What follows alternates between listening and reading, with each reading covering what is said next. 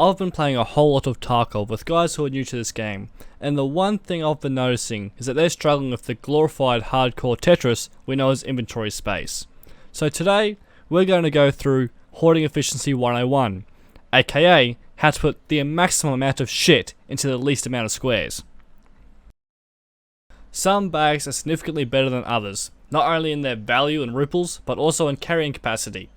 Now, it should be obvious that a scav backpack is far more valuable than a duffel bag, as you can see by the space there. But then, there's a couple of other considerations you need to make, like how many spaces is it taking up.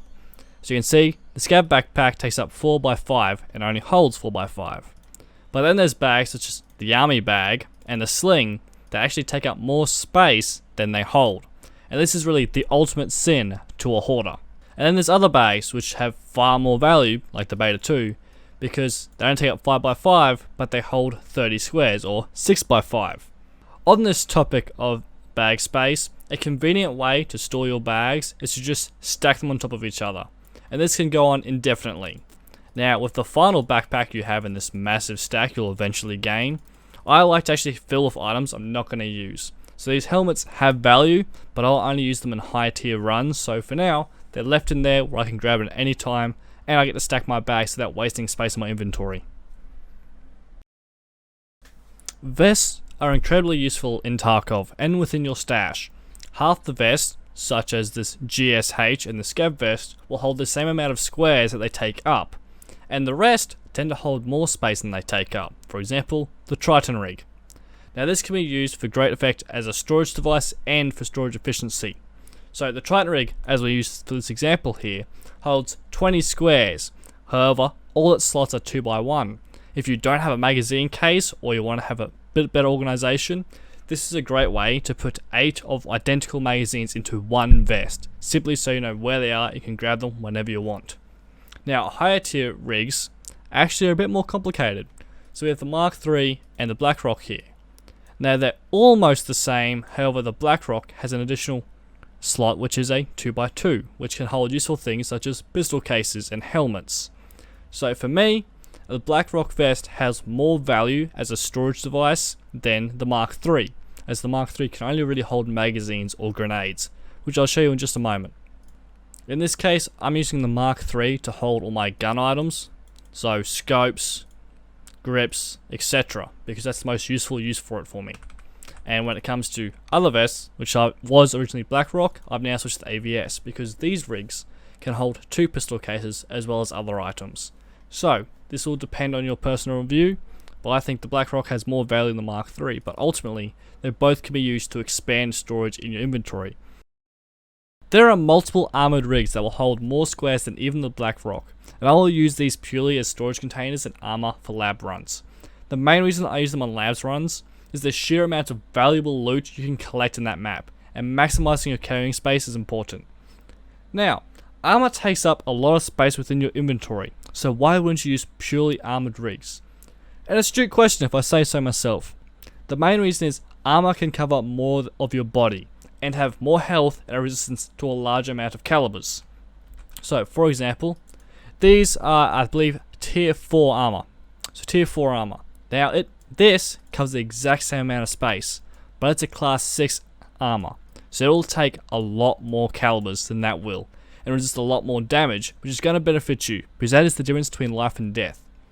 However, when it comes to lighter armor, like the Packer, it's not really worth it. You can buy it as you need it. So, the final recommendation for me is, if you are going to keep armor in inventory, keep anything that's class 3 and above and will cover your stomach as well, such as this armor here. I have other armor in my storage of the same type that is level 4 and 5.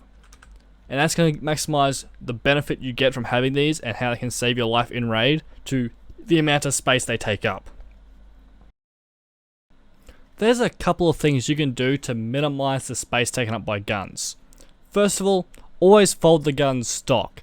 If it has that capacity, then remove the magazine and pistol grip, as you can see here. Also, in this scenario, if you can, leave the suppressor on, because if you take the suppressor off, it reduces the gun by 1 square, but the suppressor now takes up 2 squares. So there's actually a benefit to leaving it on the gun. Generally, this can save up between 1 and 3 squares depending on the gun. However, there are some exceptions to this rule. The Kita will actually save space if you leave its magazine on. So as you can, pistol grip and magazine on. As you can see, when I take it off, it takes up 5 squares instead of 4. And then there's the MP5, where just removing the mag will reduce it to a 1x4.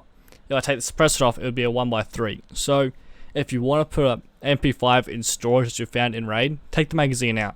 You can put it in your backpack easier, and chances are you won't be using the MP5 anyway, so just chuck the mag when you find more valuable loot.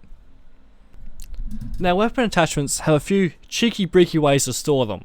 Most modern AK handguards, like this one here, can hold a 1x optic, 2 lasers and a foregrip, as you will see here. But then you have this little bugger right here. This is a specialized AKS-74U handguard, but with this you can put a 1x sight on it. If we're going to a goddamn slot, you can put these types of sights on it. You cannot put a sniper sight on it, but you can put these infrared sights. And you can put both laser sights on again and the foregrip. So this ends up condensing 6 slots into only 2 slots.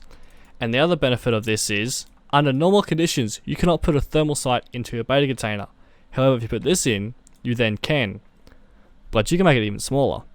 If you put this onto a gas tube, you just reduce it down to a 1x spot. So, I highly recommend having one of these just in your beta container, if you can manage it alpha container, but every container above beta is going to be perfect for doing this little thing.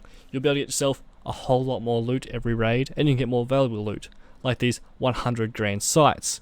It's all about them 200 IQ plays, my boys. After that, we still have to deal with leftover sniper sights, which, as you can see here, take up 2 squares. So how do you reduce them to a 1x square? Well, that's actually quite simple. Use this little bugger here, the 106 TOS mount. It's also extremely cheap, as we'll see in just a moment. 2 grand a pop, almost 2.5 from Jaeger, but if you just buy a bunch of them, you can store any sight onto them. I use them for sniper sights, since they're the only item that will do it. These are also valuable for more tactical sights like this one, but they're a bit more expensive, and you're better off just getting a whole bunch of these, just for inventory efficiency. And then after that, what I like to do is I will then put it into a Mark III case to keep it organized, keep it neat, and make sure I'm maximizing the amount of shit I can store in my inventory. Finally is the item that I think is completely underappreciated, the pistol case. Now, I'm sure everyone who watches knows how useful cases are, as well as how expensive they are, but the pistol case is only around 30 grand, and of course it only takes up 2x2. It's a little small case that will contain your pistols. But one little thing that most people don't know, especially new players, is it can hold magazines. So, if you're like me, this is a really good way to have it's a budget magazine case that costs 30 grand. Now this magazine case certainly holds a lot more. Probably 6 times. But it's also 10 times the space. So when you're starting off and you don't have much money, it works really well with that intent. Although, you also have it taking up a lot more space overall. But hey, eventually, you can sell those pistol cases and replace them for a mag box.